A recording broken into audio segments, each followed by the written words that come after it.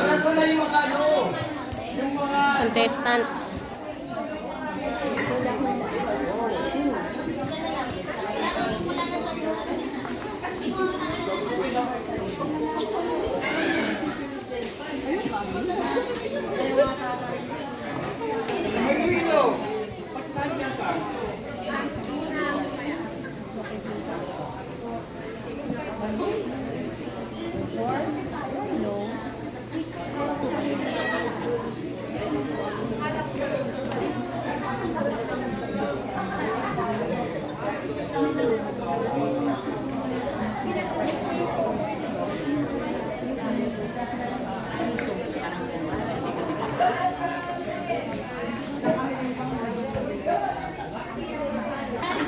Actually, wala namang price yung third, tsaka second, kaya lang sinabi niyo namin doon.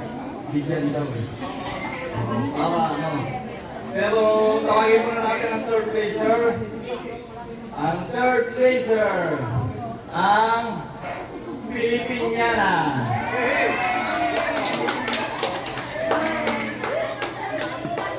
Yung meron maputing likod.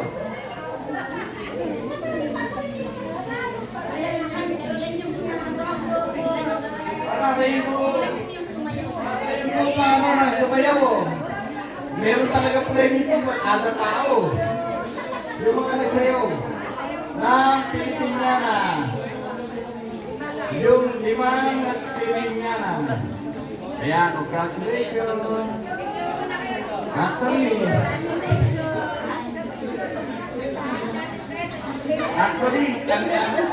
ang galing-galing nito dahil naalala niyo pa yung sayo yung elementary school kayo.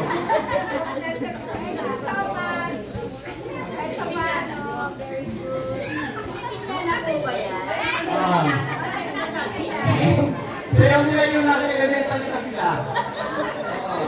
Foundation day. Ang second placer.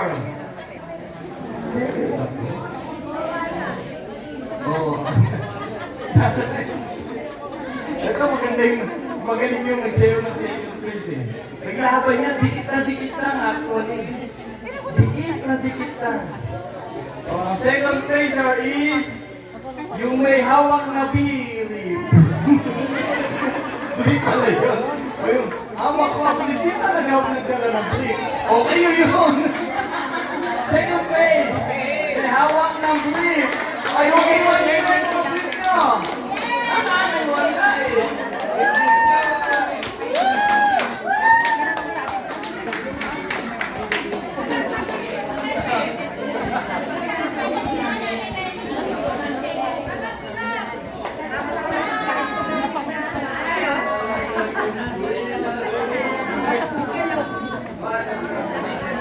Ang gagaling nung gumiling, kaya maka-order ang bill.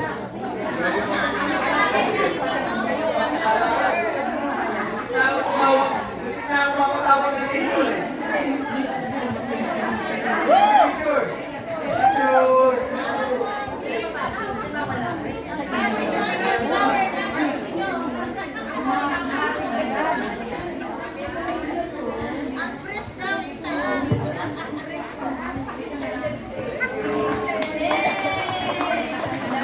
At ang grand winner, eto na!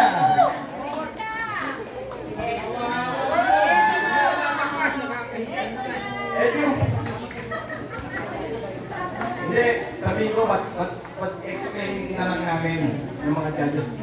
Bakit nanalo to? Kasi nga unang-una, sabay-sabay sila. Pangalawa, malinis yung pagkakakoregot ng sayo nila. Bonus na lang yung magaganda sila.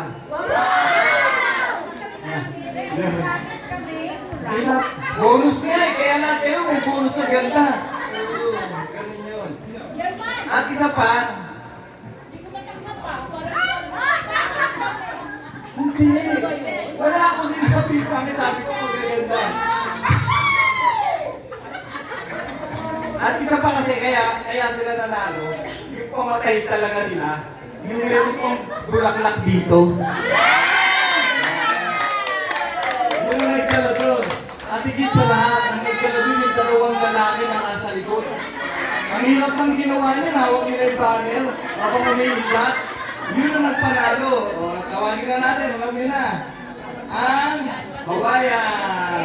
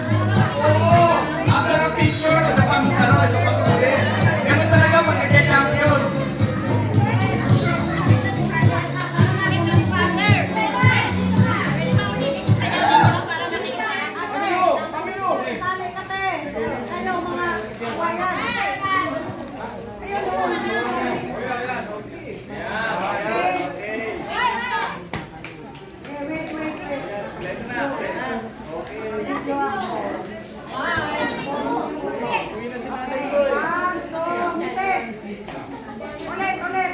Maraming bigato. 1, 2, mine. Another one. Another one. Okay. Dami naman. Dapat sumali ka pala. Isang ulit daw, parang hindi nakita ni Padang eh. Siyempre si Padang nagtataka, ba't nananalo yun? Hindi ko... Papaulitin din natin yung isa para makita ni Padang. Ano? Paunahin natin yung mag-grip o yung... Nag-grip muna. O nag-grip daw muna. Gusto makita ni